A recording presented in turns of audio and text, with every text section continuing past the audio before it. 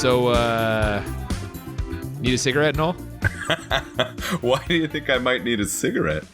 Well, I thought, after that 10-minute long arm wrestling montage, you might just, might need a cigarette. It might have pushed me over the top. Oh, good Lord. No, I can't believe this happened. That just happened real early. I wish I did, and you know how much I love montages, but the arm wrestling one in this movie that is all about arm wrestling just didn't do it for me. Oh my God, what? Yeah, I know. I'm surprised too. I thought that it would be a little bit more than it was, but I think I had really high hopes for this movie, and we'll get into it as we go. I think you will be the only person on Earth who has started talking about this movie by saying, I had really high hopes for it. Welcome to Bad Movies and Beer. I'm Cooper. And I'm Nolan. And yeah, we're talking about Over the Top, the Sylvester Stallone classic arm wrestling movie. Can you think of any other arm wrestling movies? No, not a single one. I have no other arm wrestling movies in my repertoire of movie watching. That's for Me sure. Neither. So it's got that going for it at least. Yeah. This is our 25th episode, and we thought let's find something like really historically ridiculous to push us there. Yeah, it kind of makes sense, right? 25 is a big number. I feel like we're pushing our way over the top to keep moving on this thing, fighting pandemics and all kinds of other things. It kind of makes sense. How many times are you going to work the phrase over the top into this episode? I got 2 so far. I actually am going to make a point to try to do it as many times as they do in the movie. So this is part of my strategy coming in today, is to see if I can drop the title as many times as it was used in this film. You're like me saying deathbed all those times last week. I couldn't believe how many times it was dropped in this film. So I have to make a point of trying to make this as absurd as possible. I was a big fan of that, as you can imagine. I love when the titles mention movies. As yeah, you know. Did that pop you? Did you have to have a smoke after that? Yeah, it happened so quickly. I was like, this is just great. It just kept coming. It's good. So yes, we're going to talk about Over the Top today. For those of you who have never tuned in before, you picked a great one to join us for. This movie's ridiculous. While we talk about the movie, we always drink a beer that's kind of like themed some way, some connection to the movie itself. What are we drinking today, Noel? Yeah, this is exciting. This is called Alpha Bomb by the Big Rig Brewery. So this is a brewery out in Ottawa or Canada, Ontario, in our nation's capital. Did a little research on them. Big Rig's been around since 2012, so I do remember their beers being available for purchase for quite some time. They were one of the sort of first distributors of craft beer in Ontario. So I'm really excited to drink this unfiltered IPA. It sounds great.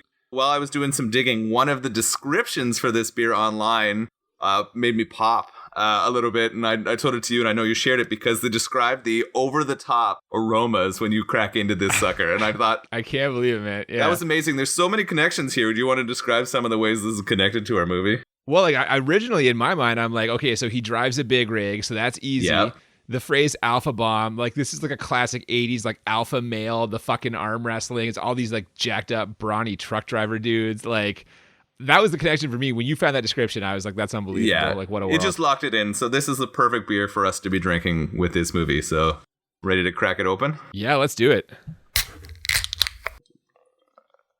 So we open with some very inspirational music. There's shots of mountains, and we've got a big rig on the road. And the man driving that rig, Sylvester Stallone, playing the character of Lincoln Hawk. Or is it Lincoln Hawks? I'm not really sure. Yeah. I'm loving this intro, loving the music, loving the mountains. We're just sort of rising high above it. I'm excited. We see him there introed, Hawk hauling on the side. And like you said, is it Hawk or is it Hawks? Dude, they changed the name like 17 times during this movie. They're calling him Hawk. They're calling him Hawks all over the place. They can't remember the main character's name. Yeah. This is unbelievable. It's really bad. I mean, they're really consistent at the start, I feel. And then about halfway through, it seems like they forgot what he was called. Like, is this something where they were writing the script and he was called Hawks in the script, and then they decided while they're making the movie that people would prefer Hawk as a name? I don't know, man. All I know is on IMDb, he's listed as Lincoln Hawk. In all the like taglines and stuff for this movie, it mentions Lincoln Hawk, not Hawks. So I don't know what happened. I will say, like, this was a Cannon Films production, and Cannon Films is kind of legendary for their like sloppy production history. Oh, really? I didn't know that. So they have some gaffes going forward on the way that they sort of finish off their movies? A little bit. I think I'm not sure at what point in their chronology this was, but like they went just horribly bankrupt. And so I think at certain points, like cutting things quickly and on a budget became kind of a priority. And it feels like that's what happened here, right? They must have spent some money on this, as we're going to find out later. Either way, like Lincoln Hawk sounds like it came out of like an 80s action hero name generator. It sounds like computer. It sounds like a real human name. It's not. I know. Yeah. It makes me think of Ethan Hawke. Oh, I don't think he would have done nearly as well in this movie. No, oh goodness, no. You needed Stallone to be there. And even Stallone, I felt in this movie, and we'll get into this more, he felt undersized in the crew that he was competing against here. He was the underdog for sure. Oh, there's some beefcakes in this crew for sure. Holy cow. Yeah. So you mentioned them cleaning the rig and stuff. We get some footage of him cleaning, and also cleaning himself up as well, not just the rig. And this is all intercut with like a military school graduation. And they zoom in on one kid looking around. We see a bunch of other kids whose parents are there, and he's got no one, it seems. And now we can make this connection. This is obviously Stallone's kid. Yeah. Well, seeing it, I was kind of like, oh, man, he's late for this graduation ceremony or whatever it is. The kid's not in high school or anything. It looks like he's sort of graduating from middle school, maybe. And there's this ceremony, and we get the cuts of that ceremony, and then Stallone washing himself in an outdoor sink. Yeah, well, he's got to look good for this, picking his son up. He can't look slovenly. Yeah, he puts on his best sort of denim shirt and and his best, clip-on tie. And suspenders. Yeah, and suspenders, and drives his way over there. When he arrives, there's clearly a class issue here. Oh yes, a huge discrepancy. He's walking through the He's walking up the steps to the entrance, right? Yeah, he's like walking through the quad, for lack of a better term, and people are their heads are turning, and who's that? They're all surprised by this low class guy. Clearly, the school that this son goes to is a private school, one that's very discipline oriented and definitely has money involved in it, right? Well, yeah, he doesn't know his dad's going to pick him up, so he goes to get in a limo. He finds a limo referred to as the Michael Cutler limo. That's how he's about to get out of there, but the colonel wants to see him, tells him that his father is here to pick him up, and he says, I don't have a father, sir. So it's clear that their relationship is not great. He also asks his dad to see some ID. This is confusing for me. All I knew heading into this movie was that Stallone had to arm wrestle for his kid. And when the kid doesn't know him at all, I'm like, how are they in this hour-and-a-half movie going to build that relationship to such a strength? Like, this is what I'm feeling like right now. I'm like, he's got to arm wrestle to save this child, and doesn't even know his dad. And this is where they sort of cut in the character who's been parenting him or seems to be his dad, right? Who is sort of the one that comes in here? Well, yeah. So this is all on the up and up. So he ends up going with his dad. They're going to be on the road for a couple of days. But we find out that he's been mainly parented by his grandfather, played by the incomparable Robert Loggia. Yeah, I recognized Robert Loggia, but I wasn't able to tell you where he was from. He was a good choice for this part of douchey old grandfather. Oh, definitely. And he is furious that they have let Stallone take his kid. They have to go to California to meet up with the kid's mom, who is in the hospital. She's going to have some kind of a procedure done. And basically, the kid puts it all on the table right away and asks Sylvester Stallone if he really thinks he can make up 10 years in 2 to 3 days. So let us know. This is what's up. Yeah, this is tough, right? We find out that they're paired together because the mom who's in the hospital, sort of fighting a procedure, wanted them to spend this time together. And what I'm sort of getting or understanding here is that the grandfather or the mother didn't really want Stallone in his life. It sounds like he was pushed out and he maybe too easily walked away from this kid when it was born. But now that the mom is sort of in bad health and they're not sure what's going to happen, she wants him to be connected to his father, right? She doesn't want him to be sort of raised as a spoiled rich kid under her father or the grandfather's parenting. Yeah, but he's not going for it. In fact, he says as soon as they get in the car that there's no need for conversation, so he doesn't even want to talk to him. He's written his dad off, but, and this is pretty common with kids who like write their dads off, as soon as they get on the road, it all just comes pouring out. He sees some pictures of him in Stallone's cab and asks him, how'd you get these pictures? How come I never heard from you? Why didn't you write me any letters? Basically gives him the, why'd you leave me, daddy? And just like flies off the handle, gets Stallone to pull over, and the kid runs into traffic. Yeah, this is dramatic. I mean, you get this kid who we figure out never received a letter, so that's questionable, right? Stallone says that he's written hundreds of times and for every birthday and all of those things, but they never got to the kid. So you know shit's kind of going on or something's up there. When he stops the truck to say he's not feeling well, he sprints right into traffic, and he is a shitty frogger. Like, this kid almost gets nailed like not hundreds of times, but 3 or 4 times. There were several cars that crash into each other and avoid killing this child as Stallone sprints across traffic to sort of hunt him down here. Yeah, man, that's kind of our first action piece of this movie. Stallone saves him, gets him back in the car, but they've clearly got some work to do. We get the impression that the reason he hasn't got the letters is because of his grandfather. It's the grandfather, we can tell immediately. You mentioned he's an old kind of crotchety douchebag, doesn't like Stallone, so mad that Stallone was able to take this kid. They're on the road, and Stallone decides that they should probably stop to eat something. He mentions a truck stop coming up that serves a good steak. And then we get there, he orders a steak for himself, tries to order Mike some fried chicken, but Mike scoffs at this and says to him, for a man who exercises, you don't know much about nutrition. This is hilarious.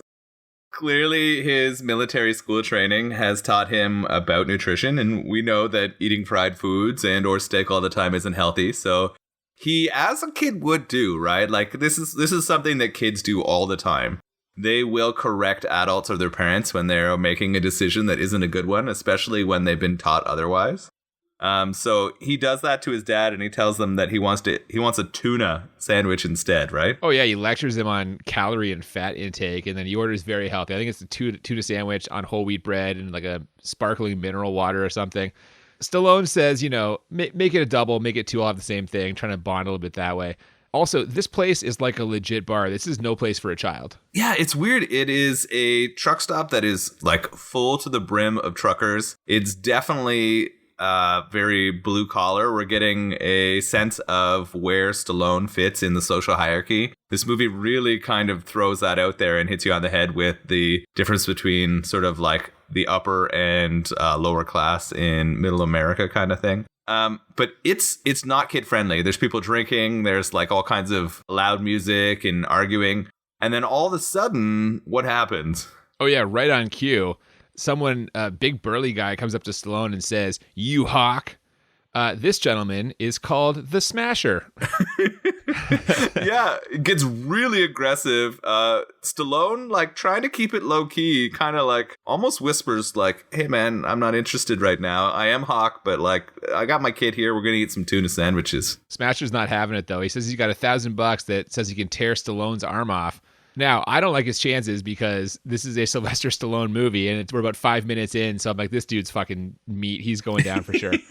You knew what was going to happen really quickly here. Yeah. All of a sudden, this truck stop, while people are like sort of drinking and eating and all that stuff, turns into a arm wrestling stadium. Like, everyone gets out of their seats. Somehow they pull an arm wrestling table out of where? They have like a separate back room that apparently is just for arm wrestling, I guess, is what I'm led to believe. I don't think so. Table's it felt dead like center. Another dining room. I don't know, man. Yeah, the table they pulled out from somewhere and put it dead center in this other dining room. And we get a circle of people around Smasher and our hero here, Oh my Hawk. God, everyone goes in that room except he leaves Mike with the waitress. He says it's time to go to work.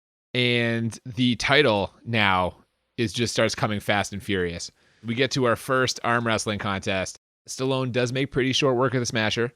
And as he's doing this, a very large and very sweaty guy shows up and like starts harassing Mike. We can kind of tell that he's going to play a role later, right? He wants to arm wrestle him right now. And after Hawk destroys Smasher in their arm wrestle and he goes over the top, he does the hand move where he puts it over and quickly puts him down on the table. Which, by the way, I don't know the rules of arm wrestling, but I always thought once your hands were locked in, you weren't supposed to be moving that shit. But apparently that's not true. You can do that? I think you're allowed to move your finger as long as you don't break like the crux. You can't move your thumb. Like whatever the crux of the grip is, you got to keep that. But I think you can move fingers a little bit. So the big man's here challenging him. He says, "No, we're going to wait till Vegas." Yeah, and this is the first of several times that Vegas is mentioned. In fact, in the room where he was just arm wrestling the Smasher, there is a kind of a banner that says, "See you in Vegas." So something's going on in Vegas, but they don't ever actually just come out and tell us what it is. We kind of have to connect the dots on our own, which is a little maddening and confusing also.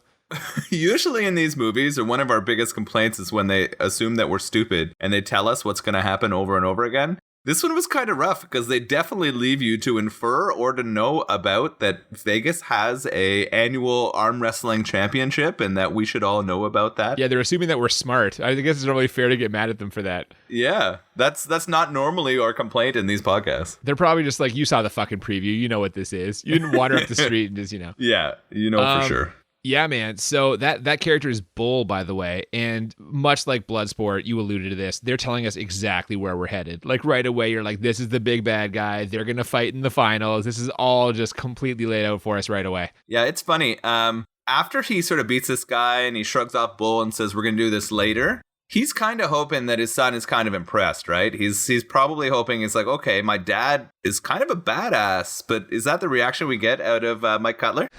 No, he calls him a hustler. He's like, Shuck, Yeah. You hustled that man out of his money. But he is a little impressed. Come on. Like, he's now seen things. Like, this is a whole different world he didn't know existed. And there's something like primal to it. He seems intrigued. He's intrigued, but he also goes to the phone and tells his mom he doesn't want to do this anymore and that this isn't like a quality guy to be around. Like, Mom, why are you forcing me to do this? She's on the other line from the hospital and she's like, I want you to give this some time. Man is your father and you need to give it some time. Yeah, so he does. Mike gets back in the truck with his dad. He's got more questions for him. Like, he wants to know if Stallone is still dealing drugs. It turns out that Mike's grandpa really doesn't like Stallone and is really tied to kind of like, turn Mike against him by telling these lies.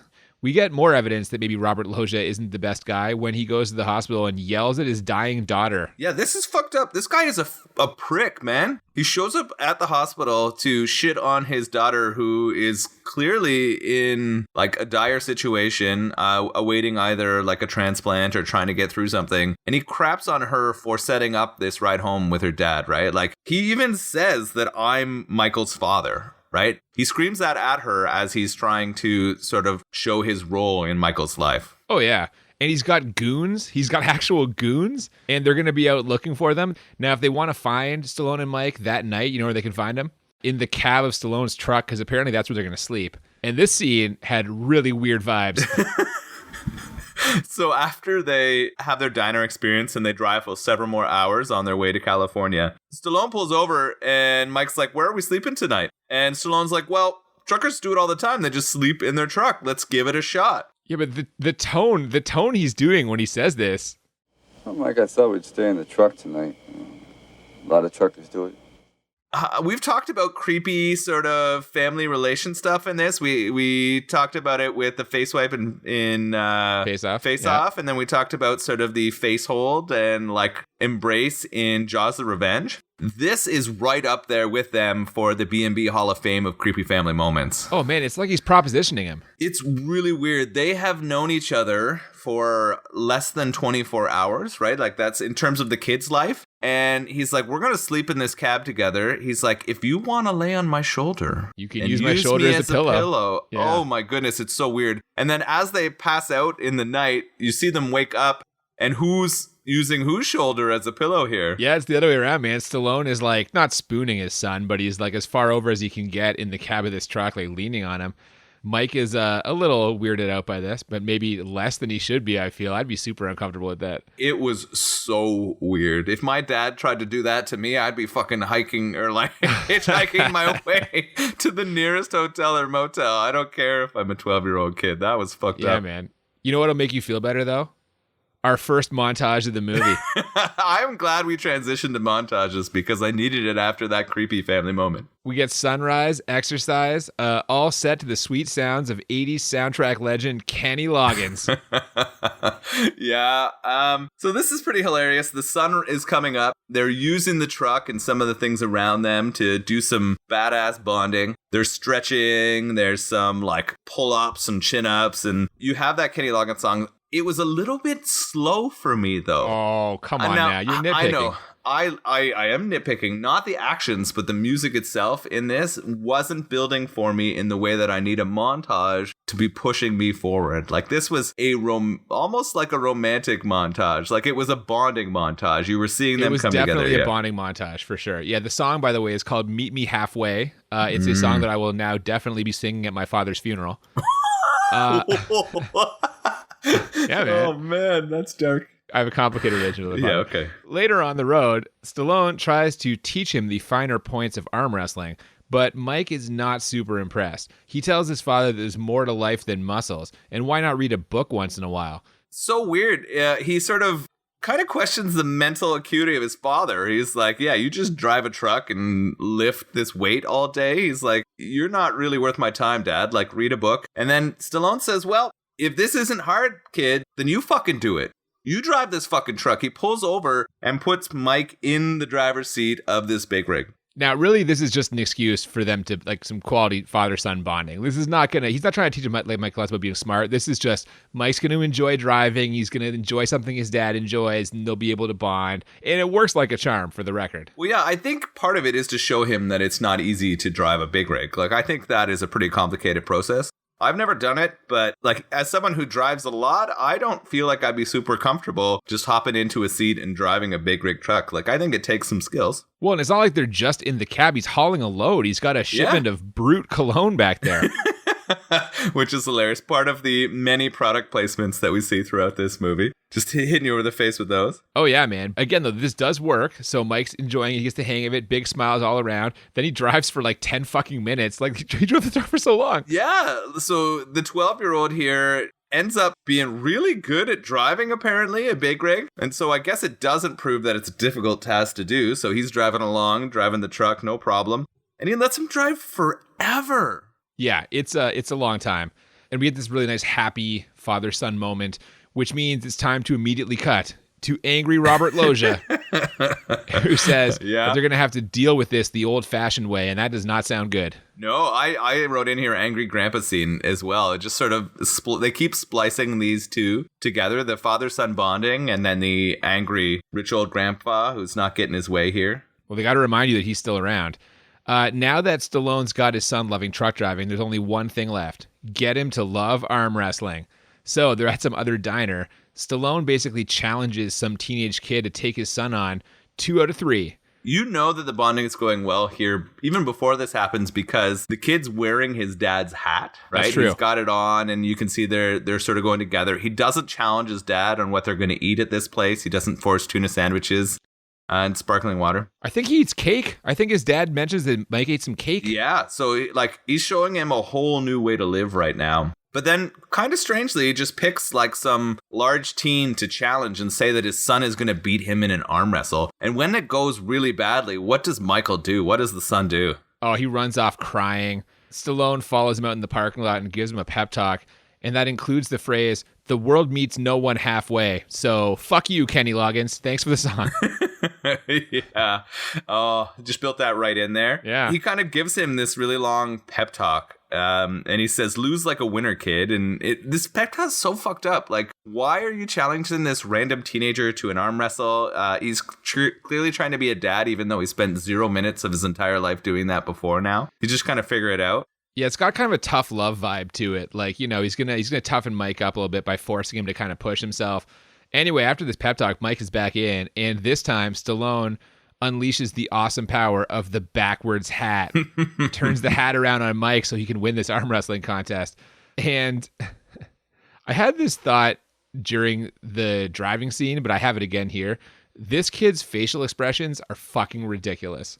Worse than Stallone's? Come on. Well, okay, that's a great point. Like, I was laughing at the kid, but I think, yeah, now you're making me think about this now. I guess if you are trying to find someone who can accurately play Sylvester Stallone's son, because we see some very ridiculous Stallone facial expressions. Oh, yeah. But the kid's got to have it too, I guess. So maybe you convinced me. Casting did a good job. I'm pretty sure that was a part of the casting. I'm pretty sure they spent like 10 minutes of every cast session, which each kid being like, okay, show me your mean face. Mike, pretend you're passing a kidney stone. Yeah. Let's see what that looks like. Yeah.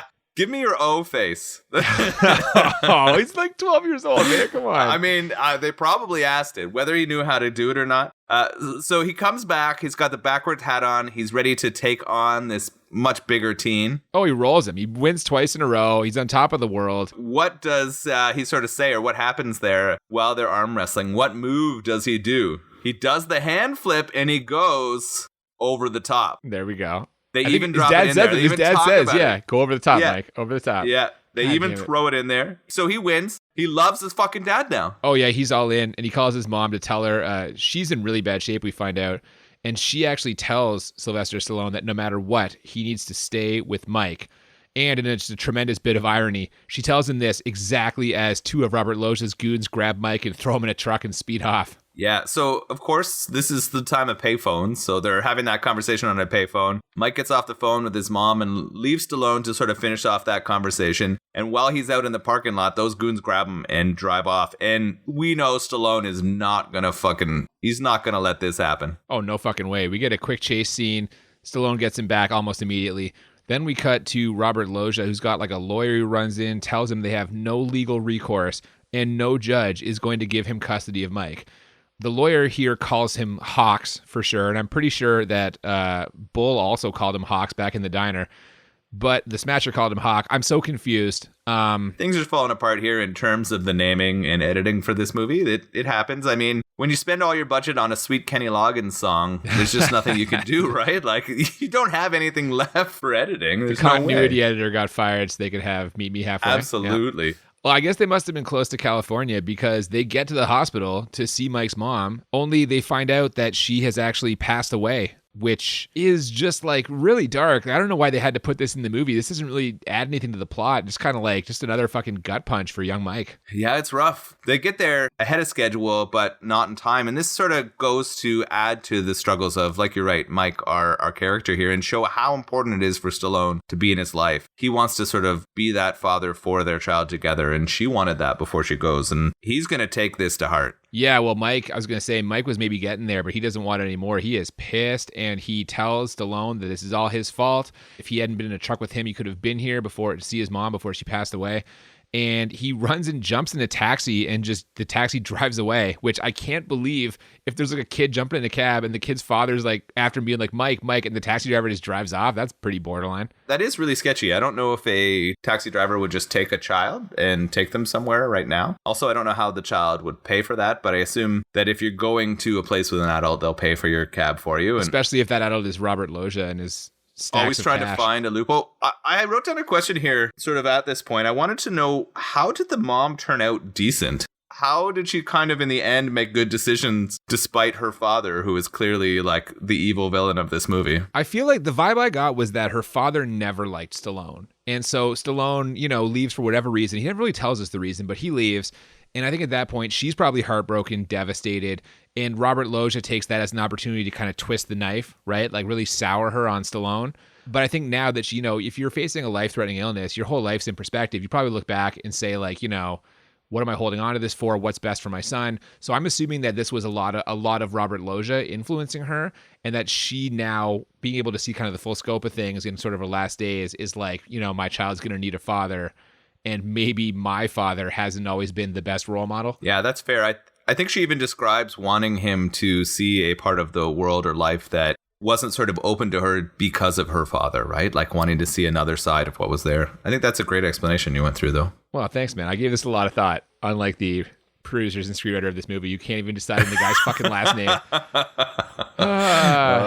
So we dissolve from there to the funeral. Stallone shows up in jeans and a fucking black denim shirt. What happened to the clothes from earlier, man? He had like suit pants and like, suspenders.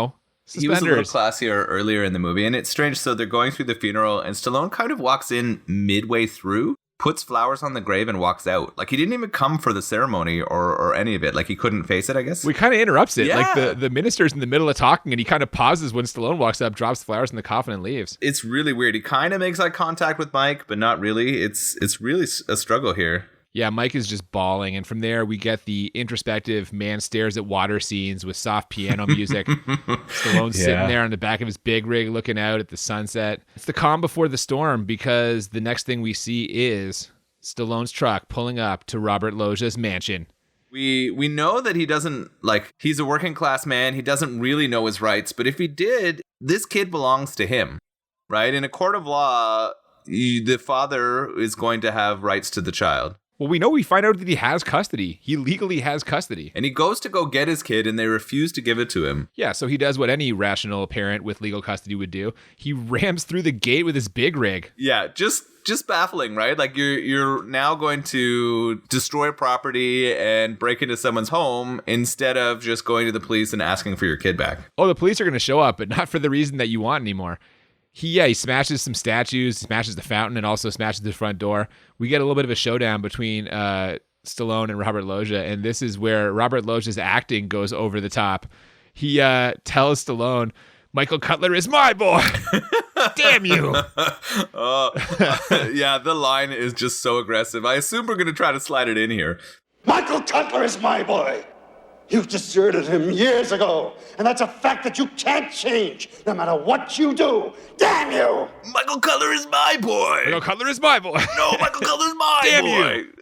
Yeah, it looks like Stallone is going to go at him, but security and the cops take him down. Yeah. And we see after that he is in jail, but like a real jail. This isn't like a holding cell. They had him on like a 2-level, like federal looking prison. Yeah, I assume Cutler, with all of his sort of connections, probably has some political ones as well. Maybe he made sure that he went to the worst possible place. I mean, it's pretty bad. He's quickly visited by Robert Loggia's personal secretary, who tells him that they won't prosecute if he leaves the state. Now, Stallone wants to know what Mike thinks about that, so they actually bring Mike in. And Mike wants to believe in his dad, but how can he at this point, you know? And this is where we get Stallone going for the Oscar. Yeah, this is tough, right? Mike says he, wants to have a home. He's only ever known living with his grandfather, and that's a place where he's been. He seems kind of impressed with the 2 days he spent with his real father, but just doesn't sort of connect in the same way with the life that he's already known. He's comfortable. Well, yeah, you can't even imagine what that's going to be like. Also, it probably doesn't help that during this Oscar reel, Stallone says phrases like, I want to give you what's inside of me. It's kind of It connects to the creepy family moments from earlier. Is that what you're insinuating? Yeah. Yeah. The way that they describe their relationship, the intentions clearly is he wants to be a dad. Why, after 10 years of not being in his son's life, is kind of questionable. But clearly he wanted to be a father figure to him, and that's what he means. The love is what he wants to share. Nothing untoward, as it would seem based on some of the It's editing. just a weird phrase, though. It's a weird expression. Yes, that to me, I was like, agree. what? It is a strange saying for sure. Well, despite this acting tour de force, Mike just can't get there. Stallone understands and reminds him that the world meets nobody halfway, despite the Kenny Loggins song of the same name that we hear like 17 times in this movie.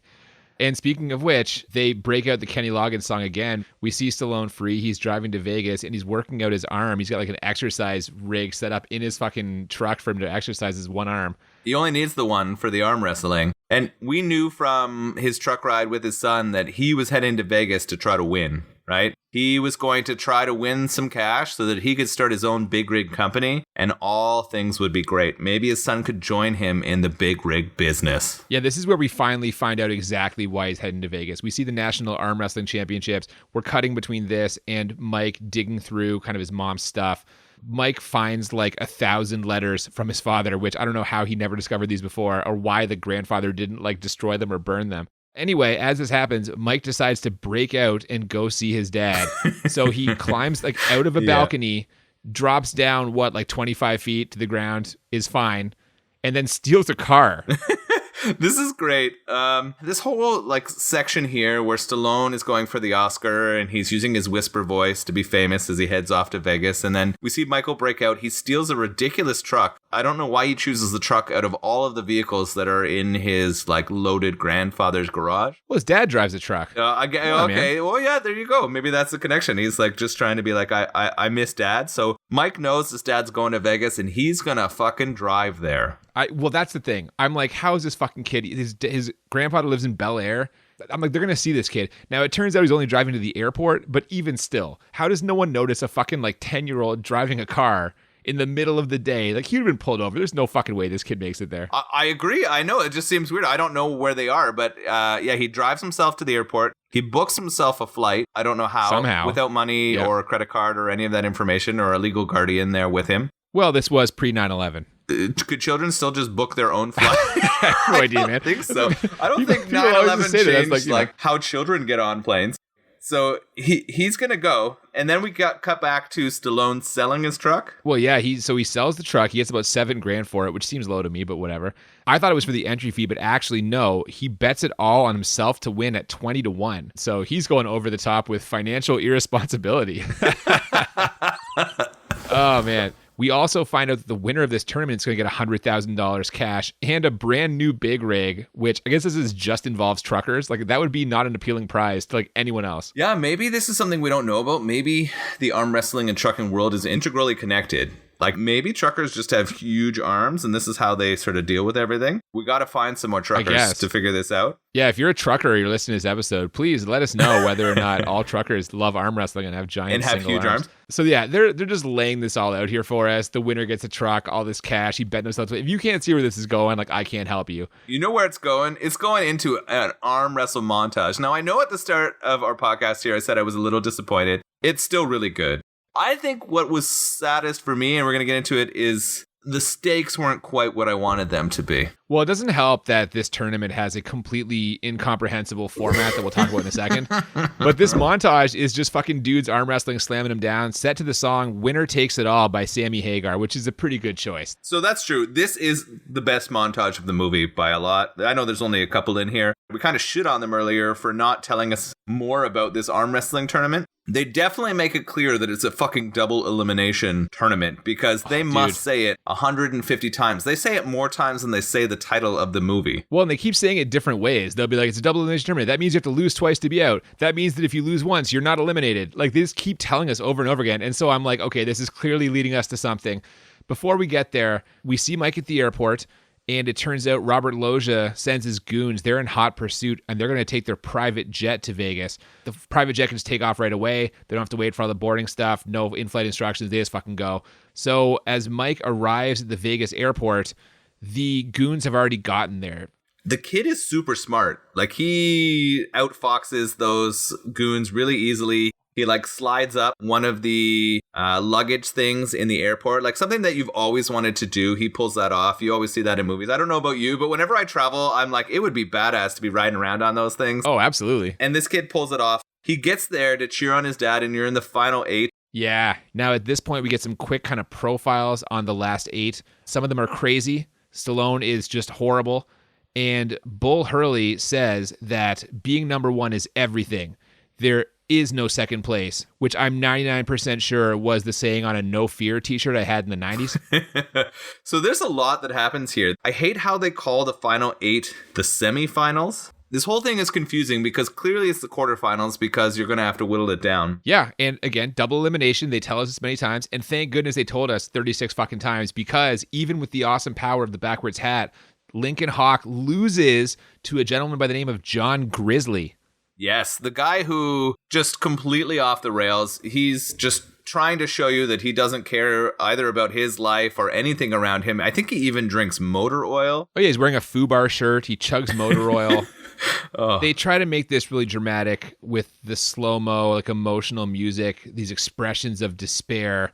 But this is all kind of somewhat undermined by the tournament announcer who, again, explains in literally every way possible that this doesn't mean he's out of the tournament. They just keep saying, you know... He still has another chance. Yeah, exactly. He's only lost once. He's coming back to arm wrestle him again. Oh my God, this hammers over the head with the dude. It's unbelievable. So at this, his lowest point, Robert Loggia summons him to his presidential suite and offers him a brand new big rig and $500,000 to get out of his life. And I don't understand why. Neither does Stallone. Stallone rightly is confused because apparently he already gave up legal custody. So Robert Loggia doesn't really need to do any of this. It's ridiculous. I couldn't believe sort of the offer. What is Stallone's response to this? He eventually lands on, fuck you, I'm taking my son back, essentially. Yeah, when this is over, I'm coming to get him, is his words that he uses, right? Even though in this case, now he is completely legally in the wrong. Like, he gave up that possibility about 15 minutes ago in this movie. Yeah, and I don't know. I'm not sure whether the duress that he was under would sort of preclude that from staying. But then how does Loggia respond to him turning down his offer? Do you remember what he says? He says, "You're a loser and always have been a loser." And Stallone walks out of that thing. Boy, he walks right through Robert Loggia's like head security guard. He walks out of there and he has to head back to the ring. He's feeling kind of hurt too, right? He's kind of thinks that he's injured something in his arm and he's feeling kind of down. Heading into this sort of semi-final matchup again where he can't lose. He's already lost one. Yeah, and it's a rematch against the guy who just beat him, John Grizzly. This is where he drinks the can of motor oil to intimidate him. But Stallone at this point is not fucking around. And after a Hall of Fame Stallone like grunting yell, he defeats him. Then we get a quick kind of mini montage, and then we're in the semifinals, or as they're calling it, the finals. It's really strange. We're in the finals, which is actually 2 groups of 2 going against each other to figure out who's in the over-the-top finals. I guess, yeah. So either way, whatever it is, the fucking pressure's on, and this is where Michael arrives just in time to see his dad beat his opponent in like record time. In fact, his opponent claims that he wasn't ready and that they started too early and he got cheated and stuff, and they had to basically haul him off. Mike is excited and tells his dad that he wants to live with him, but Stallone's like, I don't have any money. I sold the truck. Mike says, no problem. You're going to win. And Stallone's not so sure. Starts kind of making excuses. Oh, I think I hurt my arm. And now it's time for Mike to give his dad the pep talk. That's right. So we're getting the kid pep talk. He kind of calls him on his pep talk earlier in the movie saying, like, was that just bullshit, Dad? Did you not believe that? Are you just saying that to me? He also tells him, I think like the most important thing, he tells him he doesn't care about the money, that he loves his dad. And now we are going to the actual finals, which I believe they call the over-the-top round. And we're exactly where we knew we would be. This is Lincoln Hawk versus Bull Hurley. And not only does Hawk have to win, he has to win twice, right? Because it's double elimination, and Bull has definitely not lost. You'd think so, but no. Yeah, apparently not. Again, this tournament format is insanely confusing. Maybe this is like Champions League soccer. This is something where you play best of 2s for every round except for the over-the-top / grand finals. You know who did not ever communicate that to us was the announcer who, again, 94 times said this is a double elimination tournament. Yes. Either way, the tension builds. We get 2 last interviews, and in his, Stallone reveals the secret of the backwards hat. What I do is I just try to take my hat and I turn it around, and it's like a switch that goes on. And when the switch goes on, I feel like another person. I feel like a truck. Like a truck. Like a truck. Oh my goodness, it is so bad. We've got Kenny Loggins' piano music playing, kind of getting him into this too, I think, or all through the pep talks at least. Oh my goodness. Oh yeah, man. Now it's go time, and they are battling, but they lose their grip, and that means they've got to get strapped in, which is literally they strap their arms together. This is where Stallone is wearing a small women's shirt for some reason. Yeah, that shirt is stretched out like to the max. It's so strange. I have lots of questions about this whole sort of sequence of things that are here. The strap gets on them, and then we're going to get the longest match of arm wrestling in the history of arm wrestling. Yeah, there's lots of grunting and sweating and just hilarious facial expressions. And finally, after, like you said, the longest time ever, Stallone triumphs, slams Bull's arm down. Everyone starts celebrating. We've got a new champion. I was super fucking confused. I'm like, does he need to beat him again? But I guess not. You also have, of course, the hands go over the top, and then they have the push down. You get his patented move. When Bull loses, it looks like he prolapses his rectum. Like, you get the same facial expression on him that you have on Stallone during most of these, and it's just ridiculous. And then somehow you transition into what I describe as Top Gun music. It was like immediately into that celebratory 80s music. Oh yeah, man. Mike runs in, celebrates with his dad. Stallone lifts him up. Robert Loggia kind of gives a slight nod as if to say, okay, you can have your son back. And I was like, what? Like, Robert Loggia's been so moved by this fucking arm wrestling that he's like, okay with, he's forgiving everything? Yeah, it was shocking. The whole crowd is there. They're celebrating with him. And I don't understand that acknowledgement, right? Like, I did not understand at all that, okay, we're good now. Like, you've proven yourself to me. Yeah, man. And they tease me here with a freeze frame. I thought you were going to bring this up. Oh, I was ready. I was ready to call it. I'm like, this is perfect, but it's not really the end. We kind of dissolved to a conversation between Link Hawk and his son about what to call their new trucking company before they drive off into the sunset, and then we get the credits. What a wasted opportunity that was. I know. I thought you were super excited. I wonder, are you going to minus for a fake freeze frame? Is that something that can happen in your scoring? I won't lie to you. It definitely affected my rating. Do you have anything else to say before we get to the ratings, or should we just do it? I do. This kid is like 12 years old, and the way that he and his father sort of head off, they make it seem like the kid is about to become a trucker. Is this kid done with school? Is this kid like all in on the trucking business right now? Are he and like Hawk about to go open their own business and they're both going to drive truck? Is he going to travel in the truck with him forever? Here's a question. Does Lincoln Hawk have a home? Good question. I don't know. They made it sound like he didn't. They made it sound like he just lived from the truck. We've never seen an apartment. We've never seen a house. No. So I don't know. I don't think it's legal for a 12-year-old to never go to school and become a truck driver. But somehow that is sort of the ending of this movie, right? You decide, okay, we've done it. We heard the over-the-top line about 147 times. We did. I did like that. That solution is over the top to me, man. That's brutal. That guy should not be there. That kid needs to go back to school. He needs to keep bothering his dad about tuna salad. And then when he grows up, he's going to realize he doesn't want to drive truck. And maybe he'll help his dad with the business. But this is ridiculous. Ironically, these are all the things that Mike was concerned about when he told his dad in jail that he shouldn't stay with him. And it's all coming true. Yeah, it's brutal. It didn't wrap up in a way that I wanted at all. I was not happy about that. I also felt like the way that I came into this movie, I thought that the kid was going to be taken by like some kind of illegal organization, and that for him to get his son back, he had to like fight against the toughest guy, arm wrestle the toughest guy in that organization for his kid's life. And that's not what this was for me. Like the mob was going to take him or something. Yeah, and that's where I thought this was going. Or maybe like there was a biker gang that was involved in the trucking business, and this is how it had to happen, right? And Stallone was going to get him back through an arm wrestle and then like killing the gang or something. I was like, this wasn't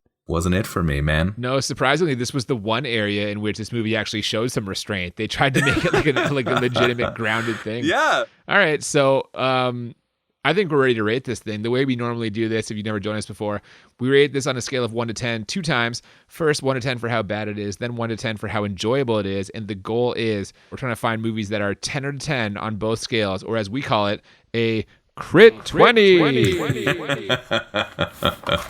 Yeah. And I'll start us off for how bad this movie is on a scale of 1 to 10. I feel almost weird saying this, but I have this as a 9. I don't think it's 10 bad because like this movie is very much of its time. I made a comment earlier about how his name sounds like they always spit out like an 80s action hero name generator. This is kind of a paint by numbers 80s action movie in a lot of ways.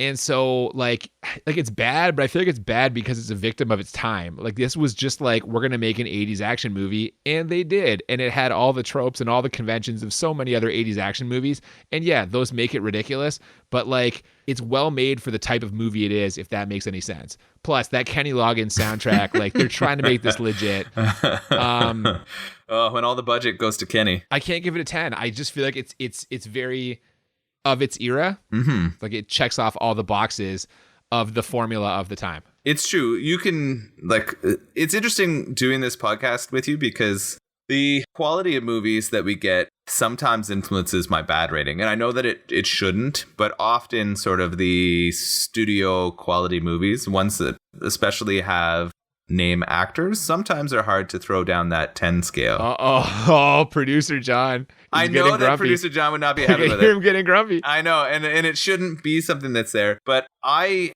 enjoyed so many of the, I know we're not in enjoyment yet, but the musical elements, sort of the Stallone-isms, which I expected out of it. I actually found the Robert Loggia character and sort of the child character decent. I know you have some issues with the child actor. But I didn't hate the acting in this. A lot of the decisions around why things were happening and the way they were explained sucked ass.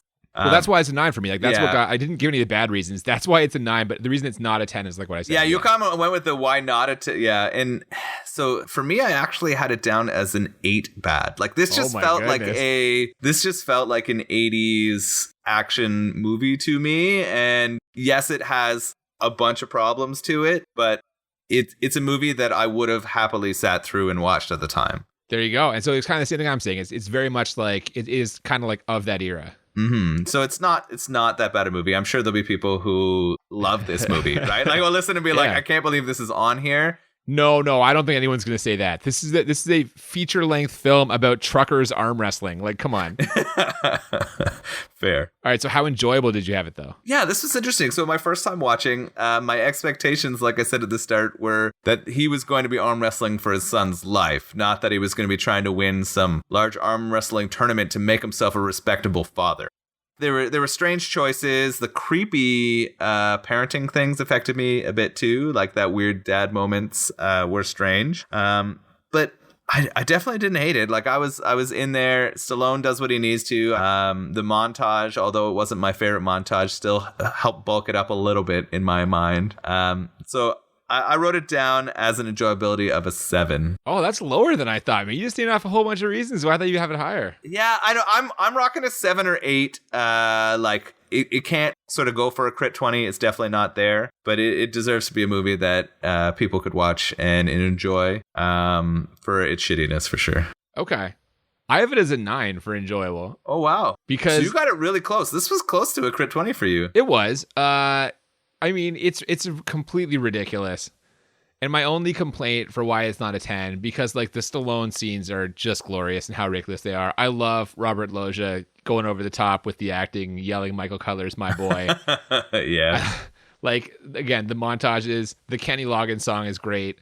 My only complaint is they take a long time to kind of like get to the action, for lack of a better term. Like it's mostly father-son bonding. Like Stallone's like really acting here. This is like an oddly dramatic 80s action movie. Yeah. There's a ton of time on the drama. Right. And that takes away from it for me, right? Like the build is too long in that sense. Yeah, absolutely. And him trying to become a father of a kid after 10 years probably loses a point or two for me because it's just so bullshit. Yeah, the circumstances are kind of ridiculous, but I still enjoyed it, man. I mean, come on. It's an 80s action movie. Yeah, it's Stallone doing Stallone. No, the exactly. grunting, the sweating, the absurdity of the backwards hat. It's a shitty good time, and I enjoyed it. He would have never won any of those arm wrestling matches against the guys he was fighting against. They were huge. But he's got the technique. Oh, he knows the trick. He knows how to go over the top, and it's over. But yeah, it's hilarious. Now here's something that's really going to surprise you. I enjoyed this beer. What? Yeah. IPA and Cooper's Down. Unfiltered IPA, whatever the hell that means. It means that they're leaving a lot of the residue from the hops from when it is fermenting in there for you to enjoy. Yeah, man, I don't know why I enjoyed this so much, but like I found it pretty light compared to a lot of IPAs I've had, and like the flavor of the hops, the kind of, the hop profile, I guess you'd call it. I didn't find it offensive. Like I thought it was pretty good tasting. Like this one surprised me, dude. I was very surprised. This pleasant surprise. We're going to call this your gateway IPA. This is going to be the one that's going to start moving you there. So I liked it. It reminded me a lot of IPAs that I would have had probably 4 or 5 years ago. Like these are the sort of more West Coast style IPAs that have a very piney taste, but also a very strong hop profile in there. Very different from what I'd say are the sort of modern take on IPAs, where we're drinking mostly New England IPAs that are very much citrus and less pine forward. But it was definitely easy to drink. I enjoyed it. I would definitely go back to it again. And you should definitely check out some beers from Big Rig Brewery in Ottawa. But they're accessible pretty much all over the province of Ontario and maybe beyond that. I'm not sure. So a good movie and a good beer. And next week, we are going to be taking a good look at kind of like a sci-fi horror. We're going to watch Life Force. Life Force. I have no data on this bad boy. It sounds kind of epic, but I don't know what it's going to be about. It is a joint like British-American production, or it's like an American director, but the movie was made in England. Directed, I believe, by the guy who directed the Texas Chainsaw Massacre. Oh, whoa, okay. So is it sci-fi horror, you said? Yeah, it's like a sci-fi horror combination. It's definitely got like horror elements to it. And a small but memorable cameo by a young-ish, although you wouldn't know what to look at him, Patrick Stewart. Oh, really? Yes, sir. Captain Picard's in this here. Jean-Luc is making an appearance. As a Next Generation fan growing up, I'm excited to see the cameo he makes here. That's going to be great. Yeah, man, it'll be a good time. So make sure you tune in for that. In the meantime, if you haven't already, you can follow us on social media, Twitter, Instagram, at the BMB Podcast. If you want to send us any suggestions, feel free to slide into the DMs of our social media or send us an email at thebmbpodcast@gmail.com. Yeah, we'd love to hear from you. We've got a couple more requests coming up before our season ends. But that's it for this week. So until next time, I'm Cooper. And I'm Nolan. And we'll see you next week on Bad Movies and Beer. Keep on trucking. All right. Some fight for money. Some fight for glory. He's fighting for his son's love.